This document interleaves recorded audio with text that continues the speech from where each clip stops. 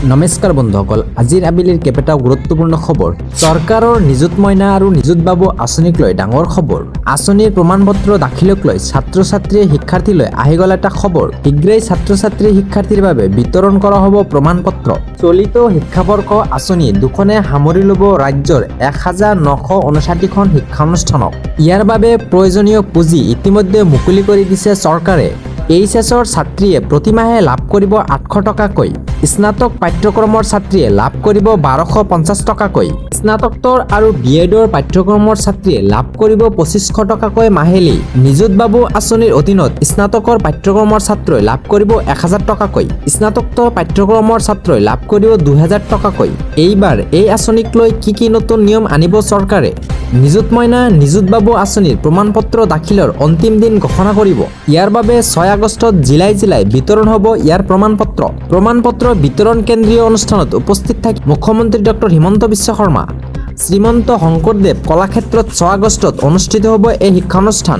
নিযুত মইনা, নিযুত বাবু আঁচনিৰ প্ৰমাণপত্ৰ দাখিলৰ অন্তিম দিন হ'ব 5 ছেপ্টেম্বৰ। 10 অক্টোবৰৰ পৰা উপলব্ধ হ'ব চলিত শিক্ষাবৰ্ষৰ বাবে নিযুত বাবু, নিযুত মইনা আঁচনিৰ ধন। 14 আগষ্টত মুকলি হ'ব প্ৰমাণপত্ৰ দাখিলৰ নিৰ্দেশ পৰ্টেল।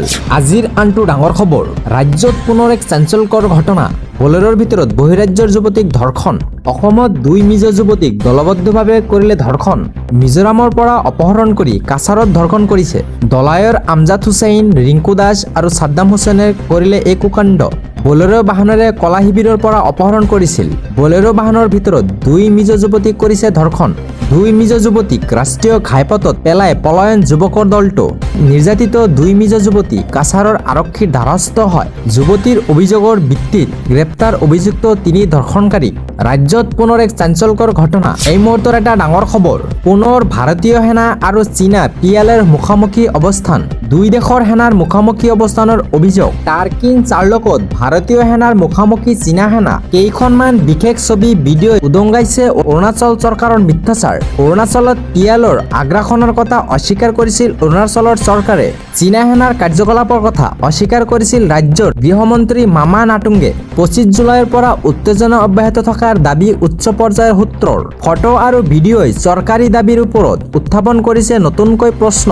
সমগ্ৰ ঘটনাক লৈ সীমান্ত অঞ্চলৰ সামগ্ৰিক পৰিস্থিতিৰ ওপৰত বৃদ্ধি পাইছে উদ্বেগ। এই পৰ্যন্ত ভাৰতীয় সেনা, কেন্দ্ৰীয় চৰকাৰে প্ৰকাশ কৰা নাই আনুষ্ঠানিক বিবৃতি। আজিৰ আনটো ডাঙৰ খবৰ। বাহনগৰাকীলৈ এক ডাঙৰ খবৰ।